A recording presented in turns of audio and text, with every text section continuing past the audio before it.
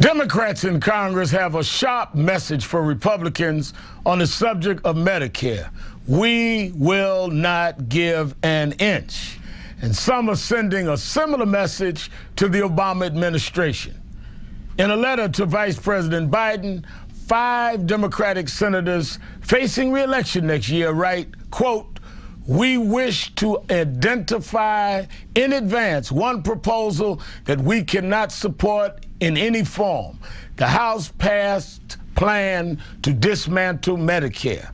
For the good of the nation's seniors, it must remain off the table." But do they expect the Obama White House to listen? Joining me now is Democratic Senator Ben Cardin of Maryland, one of the 5 senators to sign that letter to the Vice President. Thank you for joining me, Senator Cardin. My pleasure. Tell me why you wrote this letter to the Vice President. I mean, what was the urgency of you and your colleagues writing the Vice President about keeping Medicare off the table in his conversations with Republicans?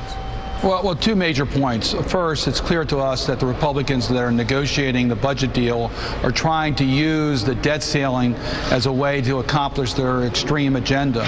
And secondly, it's clear that their proposal that would privatize Medicare and allow our seniors to be subject to the whims of private insurance companies. Now, that's an important point. So you're saying there are ways to save money. The Democratic position, your position, is not that there does not need to be some ways to bring the cost down.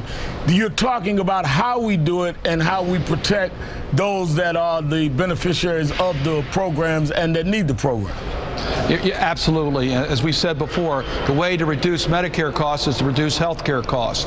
We did that in the last Congress. We instituted changes that will bring down the growth rate of health care costs and save not only our seniors, but taxpayers money. We improved the benefits. What the Republicans are doing are just shifting costs. So yes, there's a way to do it right, and we're prepared to work in that regard. But shifting costs from seniors, shifting costs from people that need this coverage, and protecting whom, Senator Cardin? Why do you feel the Republicans can't see laying the way you've laid it out tonight just seems like a common sense way of dealing with government? Well, there's no question that they are protecting their special interests. They're protecting the very wealthy of this nation. They're saying that we can't close loopholes where people are getting away who should be paying taxes. That's the type of balanced approach that the Republican budget is not allowing us to get to. So they rather put the budget problems on the back of our seniors rather than having a fair program where everybody contributes. We're going to have to leave it there. Thank you, Benjamin Cardin, Democratic Senator from Maryland. Thank you for joining us.